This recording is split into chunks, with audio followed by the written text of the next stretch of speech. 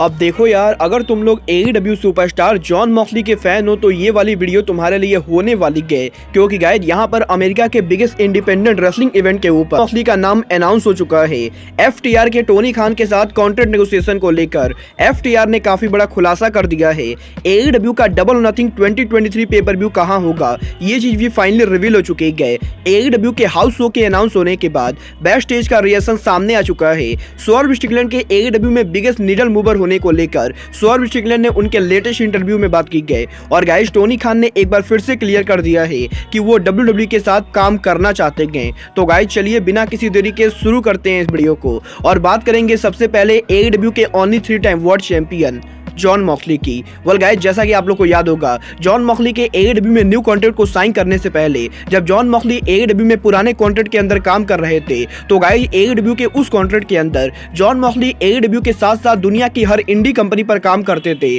और गाइस यहाँ पर जॉन मॉक्सली AEW के साथ साथ एक हफ्ते में कम से कम 2 से 3 इंडी इवेंट पर रेसल करते थे। बट गाइस यही मॉक्सली के AEW में न्यू कॉन्ट्रैक्ट को साइन करने के बाद अब जॉन मॉक्सली पहले के मुकाबले बहुत ही कम इंडी रेसलिंग कंपनी पर अपीयर होते गए। और गाइस यहाँ पर इस चीज को लेकर भी तगड़ी रूमर चल रही है कि टोनी खान की कंपनी ने उनके कंपनी के हर रेसलर को अमेरिका के biggest independent wrestling company GCW के अंदर से बैन कर दिया है। और गाइस यहाँ पर बहुत सारे रेसलिंग रिपोर्टर्स का ये दावा करना है कि टोनी खान के कंपनी के रेसलर GCW के ऊपर काम नहीं करेंगे। बट गाइस यही फाइनली अब करीबन 3 महीनों के बाद जॉन मॉक्सली फाइनली एक बार फिर से GCW पर उनका रिटर्न करने वाले गए। और गाइस यहाँ पर GCW के biggest wrestling event GCW blood sport के ऊपर जॉश बॉर्नेट ने जॉन मॉक्सली का रिटर्न अनाउंस कर दिया है, जहां पर इस हफ्ते जॉश बॉर्नेट ने इस चीज को ऑफिशियली अनाउंस किया है कि WWE के रेसलमेनिया वीकेंड के अंदर जब GCW रेसलिंग उनका ब्लड स्पोर्ट 9 करेगी तो गाइस यहां पर जॉश बॉर्नेट के ब्लड स्पोर्ट 9 के ऊपर जॉन मॉक्सली करीबन 3 महीनों के बाद GCW पर उनका रिटर्न करने वाले गए।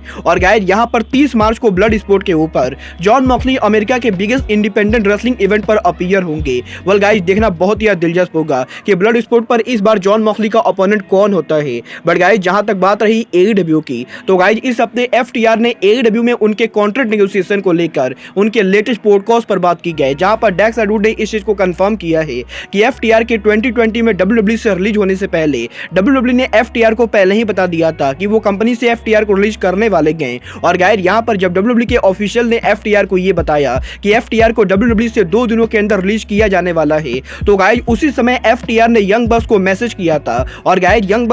बस को मैसेज करने के बाद FTR ने यंग बस से ये पूछा था कि क्या FTR AEW कंपनी को ज्वाइन कर सकते हैं। और गाइस यहाँ पर FTR के यंग बस को मैसेज करने के बाद यंग बस ने डायरेक्टली ये बात टोनी खान को बताई थी। और गाइस यहाँ पर FTR के WWE से रिलीज होने से पहले ही FTR और टोनी खान के बीच में AEW को ज्वाइन करने को लेकर बातें शुरू हो गई थी, जहां पर FTR के WWE से रिलीज होने के बाद टोनी खान ने ऑफिशियली FTR को साइन करने के प्रोसीजर को शुरू किया। और गाइस यहाँ पर FTR ने इस चीज को कंफर्म किया है कि FTR हमेशा से ही AEW को ज्वाइन करना चाहते थे। और गाइस यहाँ पर जैसे ही FTR को ये बात मालूम चली कि WWE FTR को कंपनी से बाहर कर सकती है तो गाइस FTR ने डायरेक्टली AEW कंपनी को कॉल आउट किया। वेल गाइस देखना बहुत ही दिलचस्प होगा कि अप्रैल में FTR के AEW कॉन्ट्रैक्ट एक्सपायर होने के बाद FTR AEW के साथ न्यू कॉन्ट्रैक्ट साइन करते गए या फिर FTR उनके होम प्रमोशन WWE पर वापस जाते गए। बट गाइस जहां तक बात रही AEW की तो गाइस इस हफ्ते AEW के प्रेसिडेंट टोनी खान के लेटेस्ट इंटरव्यू के अंदर टोनी खान ने AEW के अगले पेपर व्यू डबल और नथिंग के एरिया को कंफर्म कर दिया है,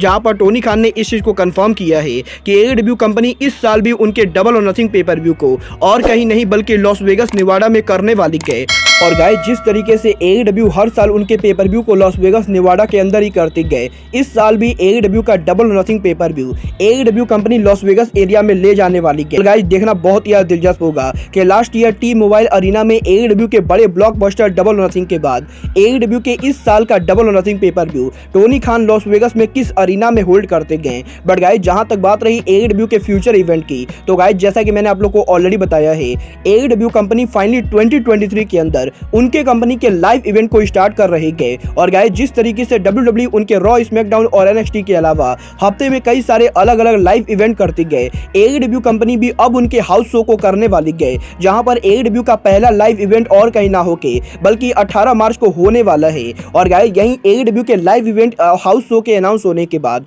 अब AEW के बैक स्टेज पर रेसलर्स का रिएक्शन सामने आ चुका है, जहां पर इस हफ्ते PWI इनसाइडर ने इस चीज को कंफर्म किया है कि AEW कंपनी के हाउस शो के अनाउंस होने के बाद AEW के बैक स्टेज रेसलर्स पर्सनली बहुत ही ज्यादा हैप्पी गए, क्योंकि गाइस यहाँ पर AEW के बैक स्टेज के ऊपर AEW के बहुत सारे रेसलर AEW के लाइव इवेंट का इंतजार कर रहे थे। और गाइस यहाँ पर AEW के इन लाइव इवेंट के आने की वजह से अब AEW के यंग टैलेंट को लाइव इवेंट पर काम करने का मौका मिलेगा, जिससे ये रेसलर ऑडियंस के सामने परफॉर्म करने के तरीकों को सीखेंगे। तो गाइस वहीं AEW के इन लाइव इवेंट के शुरू होने की वजह से AEW के उन रेसलर्स को AEW के लिए काम करने का मौका मिलेगा जिन रेसलर्स को AEW के टेलीविजन पर टाइम नहीं मिल पाता है। और गाइस यहाँ पर रेसलिंग इनसाइडर का ये तक कहना है कि AEW के बहुत सारे रेसलर्स ने खुद टोनी खान से ये कहा था कि टोनी खान को AEW के लाइव इवेंट को शुरू करना चाहिए। और गाइस अब जबकि फाइनली टोनी खान इन लाइव इवेंट को शुरू कर रहे गए तो गाइस AEW के बैक स्टेज पर काफी पॉजिटिव रिएक्शन आ रहा है। वेल गाइस देखना बहुत ही दिलचस्प होगा कि टोनी खान के लाइव इवेंट का ये आइडिया कितना ज्यादा सक्सेसफुल होता है।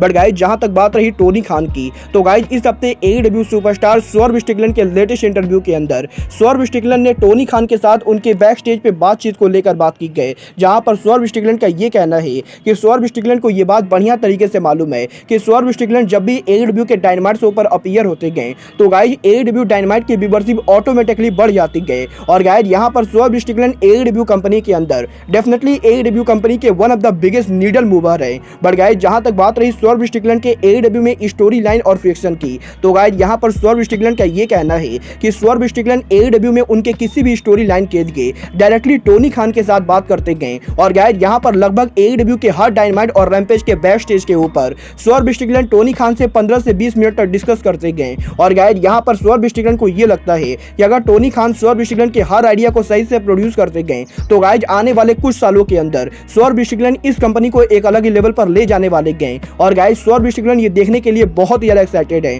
कि AEW कंपनी स्वर्व स्ट्रिकलैंड को किस तरीके से मेगा स्टार बनाती गए। वेल गाइस ये तो मैं भी देखना चाहता हूँ कि स्वर्व स्ट्रिकलैंड AEW के बिगेस्ट सुपरस्टार कैसे बनते गए। बट गाइस जहां तक बात रही टोनी खान की, तो गाइस इस हफ्ते टोनी खान ने उनके लेटेस्ट इंटरव्यू के अंदर फाइनली एक बार फिर से WWE और AEW के पार्टनरशिप को लेकर बात की गई, जहां पर टोनी खान का ये कहना है कि Tony Khan definitely WWE company के साथ काम करना चाहेंगे। और गाइस क्योंकि टोनी खान की कंपनी हर कंपनी के साथ काम करने के लिए ओपन है, तो गाइस इसीलिए अगर WWE भी AEW के साथ काम करने के लिए ओपन है तो guys Tony Khan definitely Hunter के साथ नेगोशिएशन करना चाहेंगे। और गाइस यहाँ पर डेफिनेटली WWE भी वो कंपनी होने वाली है जिसके साथ Tony Khan future collaboration event भी करा सकते गए। बट गाइस यहाँ पर टोनी खान को इवेंट के अंदर काफी ज्यादा प्रॉब्लम हो सकती है, क्योंकि गाइस यहाँ पर उस इवेंट के अंदर दोनों कंपनी उनके पॉलिटिकल रीजन की वजह से एक दूसरे के रेसलर्स को हराने की बात करेंगे। और गाइस यहाँ पर टोनी खान को नहीं लगता है कि WWE AEW कभी भी उनका एक साथ ज्वाइंट पेपर व्यू कर पाएंगे, क्योंकि गाइस यहाँ पर दोनों ही कंपनी नहीं चाहेंगे